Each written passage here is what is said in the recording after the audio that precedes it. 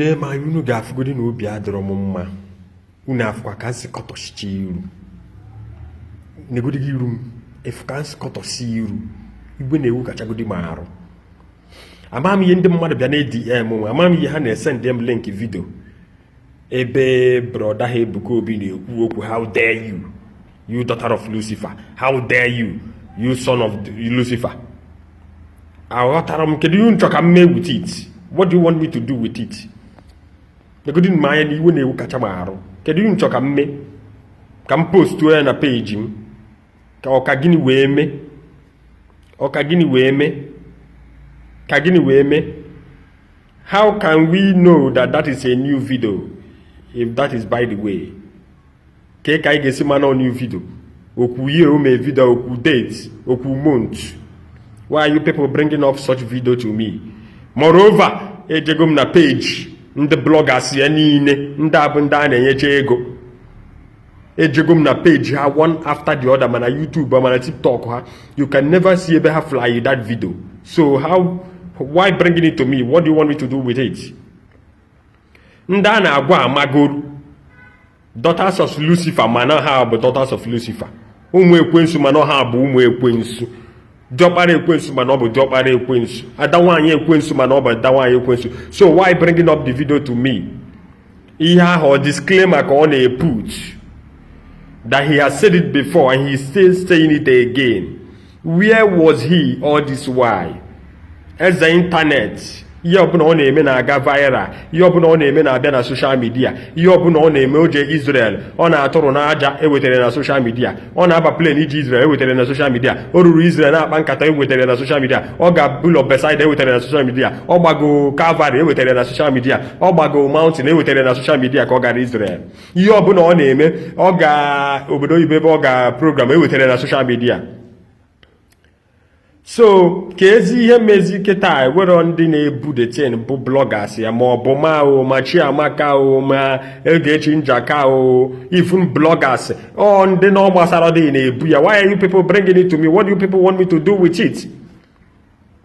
Ebuka Obi ibidoro na gboo ma ọ bụ na new video bụ ihe imere o because unu akụzigoro anyị ihe a lot of things that we need to know that you people are claiming to be smart while you people are not smart. Yes. You people are claiming to be smart. Ebuka video unu wepụtara ebe ọ na-ekwu maka Fada Mbaka. Ọ dịka video ha bịara ịga viral. Video ha aga wuru ọ nọkọta ya for another one kịta na-enekwe na anya if care is not taken. Ihe anyị chọrọ bụ Ebuka Obi. Bible saying, if my people which are called by my name shall humble themselves and seek the face of God and turn away from their wicked ways. Ikwetego na ide gị ote ikwetego na ikpe ma because okwu ị na-ekwu how dare you gbasagodi igụwa how dare you gbasa gị rinne kwa o rinne because I have never seen all these years ịmakwa na ihe mebi ọ maka na amụ magba nkịtị ihe emebi ka ihe mebi rinne because 30th anniversary was a place and a cross or some bridge. Even some reverend fathers that was like Ejije side there. All of them, some of them was being seen at the anniversary. Some of them was being seen at the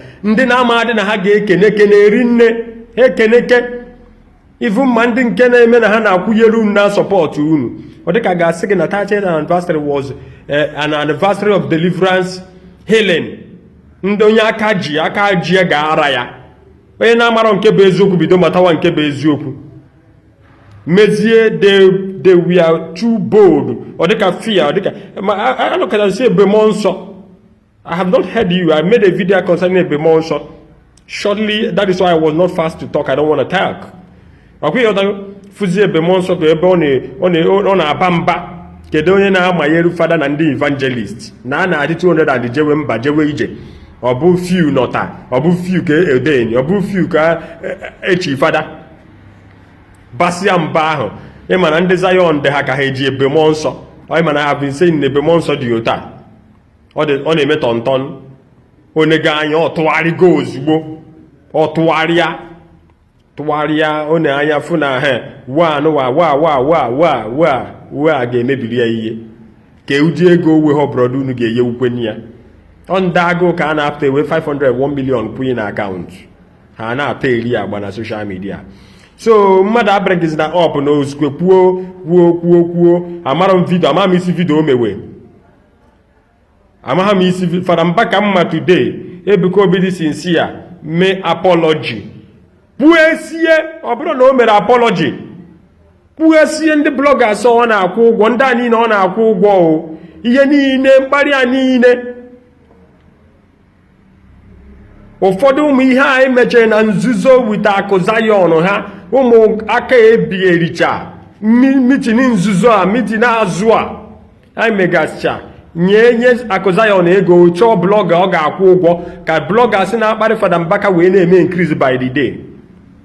So this video doesn't perturb me or shift or them wepụrụ m ihe n'ahụ.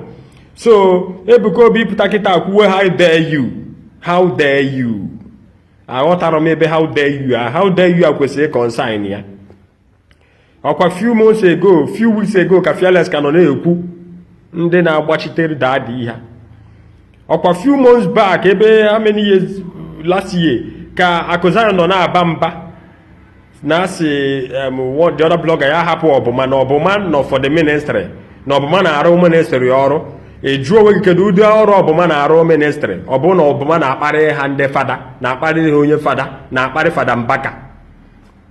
So Ebuka Obi ihe mebiri you have a lot of work to do if truly that this is a new video you have a lot of work to do. Ihe mebikwero nnukwute ihe mebiri a lot of things mebi enwere ụzọ unu eso chụọ this man enwere ụzọ unu eso gba this man ụta enwere ụzọ unu eso mebi afa this man enwere ụzọ unu ka jekwe chọwa ndị ga-edu gị bịa ya mee apology o jekwe chọwa bụ na ebube mmụọ nsọ o ịmakwarụ ndị ga-akpọwa mawụ ndị ga-ejekwuwe mgbe Fada Mbaka na-anụtara okwu ọ bụ Fada Marshal ka mgboru ga-espo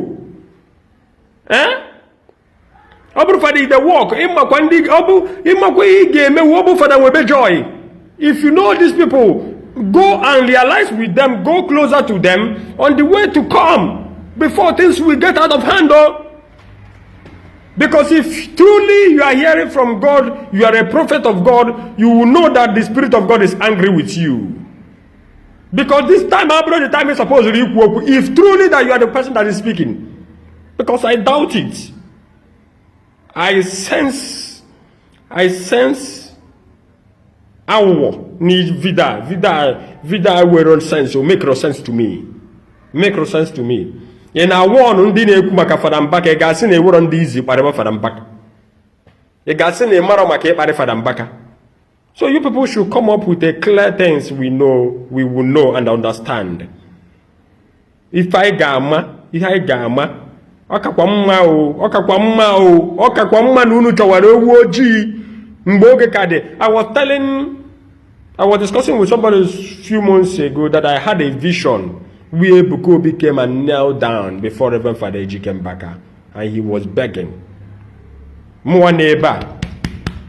They have shown me that about 2-3 times. And if truly there is heaven, such event will occur. Okay, me. So mmadụ abịara na-asị na Ebuka Obi amarọ maka ndị na-akparị Fada Mbaka ezigbo asị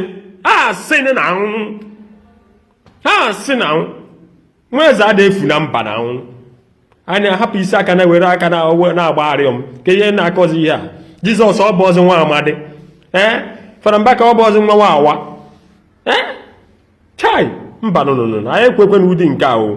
We want to clear things ga-ede anyị echi yọbiko yọbiko ịfọkụ up if ọ bụgonu maka up ị ka na-afọkwa ma up until you make things clear and right. Okay?